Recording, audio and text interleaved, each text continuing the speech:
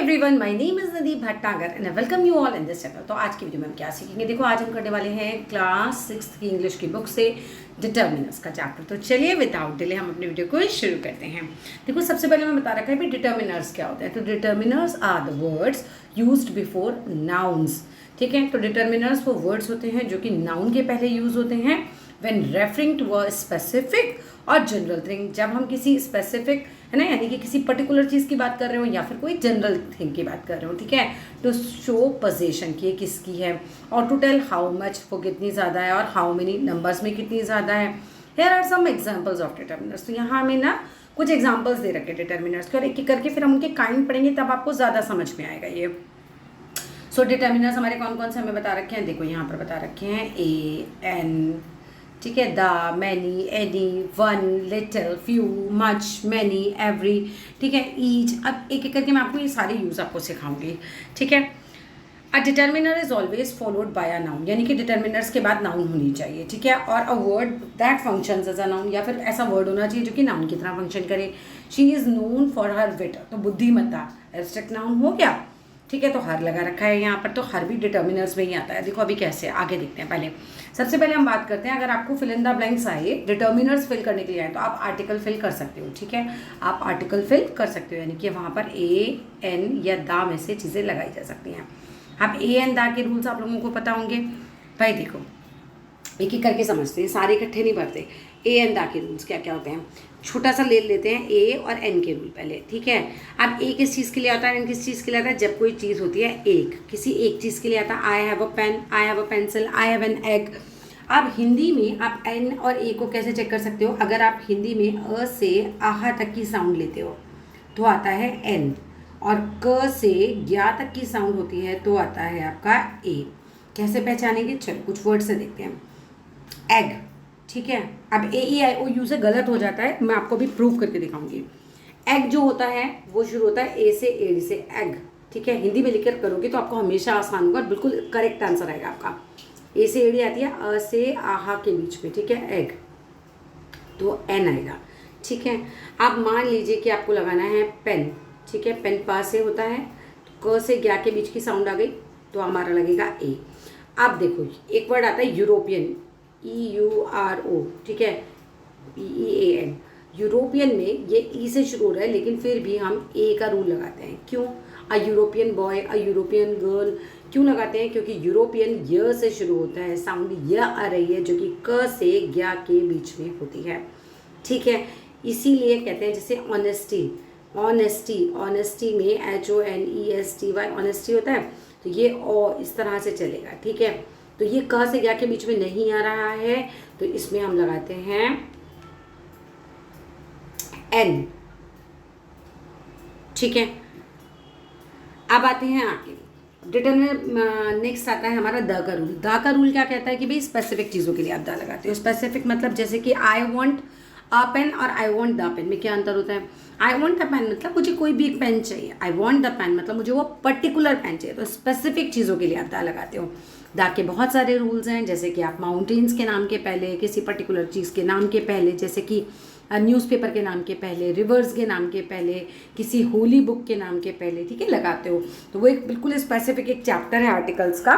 ठीक है, उसे हम कभी फिर पूरा करेंगे। मैंने बेसिक्स आपको बता दिए यहाँ पर कि जो आर्टिकल्स होते हैं उसमें हम मतलब डिटर्मिनर्स में हम आर्टिकल्स का यूज़ कर सकते हैं। नेक्स्ट बात आती है कि हम और कौन कौन से वर्ड्स का यूज़ करते हैं। तो हमारा नेक्स्ट आता है भाई, हम कर सकते हैं क्वांटिटी और क्वालिफायर्स। ठीक है, ये क्या होते हैं भाई, मच, लिटिल, लिटिल, आ लिटिल, ये सब वर्ड्स होते हैं। ये कहाँ यूज़ होते हैं, अब देखो मच का मतलब होता है, एक एक करके देखेंगे हम, इसमें लाइन लाइन से रीड नहीं कर रहे, मैं आपको मोटा मोटी समझाती हूँ। देखो मच और मैनी में क्या डिफरेंस होता है। मच और मैनी डिटर्मिनर्स ही होते हैं। ठीक है, तो ये होते हैं, मच जो होता है ना, मच आता है हमारा क्वांटिटी के लिए। ठीक है, क्वांटिटी, कोई चीज़ ज़्यादा है तो मच लगाएंगे, थोड़ी है तो लिटिल लगाएंगे। मच और मैनी में क्या अंतर होता है, देखो मच आता है आपका अनकाउंटेबल थिंग्स के लिए। ठीक है, अनकाउंटेबल जो उसे गिना नहीं जा सकता, और मैनी आता है आपका काउंटेबल थिंग्स के लिए। दोनों का मतलब ही ज़्यादा होता है। मच आता है अनकाउंटेबल, जैसे कि आई हैव मच शुगर, चीनी को कोई नहीं गिनता, तो ज़्यादा शुगर है, मच लगाएंगे, लेकिन ध्यान देना कि कोई काउंटेबल चीज़ आ जाए, जैसे कि आप पेन्स तो मैनी पेन्स, ठीक है, ज़्यादा पेन है तो मैनी पेन्स। ऐसे ही लिटिल में क्या अंतर होता है, लिटिल और फ्यू में? लिटिल जो होता है वो आता है हमारा अनकाउंटेबल के लिए, थोड़ा, लिटिल मतलब थोड़ा, अनकाउंटेबल के लिए, और फ्यू आता है काउंटेबल के लिए, ठीक है, फ्यू आता है काउंटेबल के लिए। नेक्स्ट वर्ड आ जाते हैं फ्यू और फ्यू। द फ्यू में क्या आता है? फ्यू और आ फ्यू ये तुम्हारे, द फ्यू है ही नहीं, ठीक है। तो फ्यू मतलब इतना कम, बिल्कुल ना के बराबर। जैसे I have few pens, I can not give you, इसके आगे आपको कुछ नेगेटिविटी दिखेगी, ठीक है, बहुत ही ज़्यादा कम है। और अ फ्यू मतलब कम है लेकिन उतना भी नहीं, ठीक है। I have a few pens, I can give you one, तो यहाँ थोड़ी सी पॉजिटिविटी होती है। जैसे कि ऐसे ही लिटिल और अ लिटिल का भी अंतर होता है। लिटिल मतलब होता है कि बहुत ही कम, I have little sugar, I can not give you, ठीक है, बहुत ही कम है। या फिर I can't take tea, I can not make tea because I have little sugar. अब इतनी कम है, मतलब बिल्कुल ही नकारात्मक जिसे हम सेंटेंस कह सकते हैं। लेकिन अ लिटिल में क्या हो जाता है भाई, थोड़ी सी सकारात्मकता आ जाती है।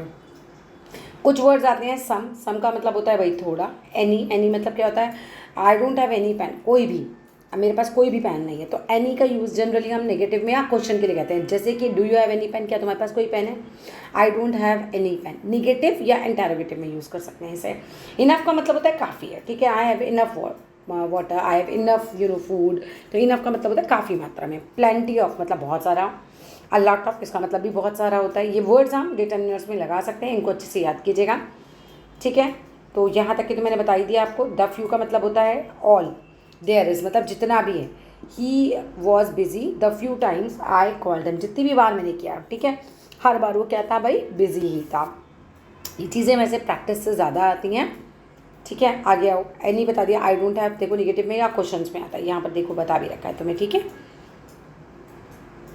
आगे आओ, ईच मतलब हर एक, एवरी मतलब सब। अब यूज़ करना है ईच।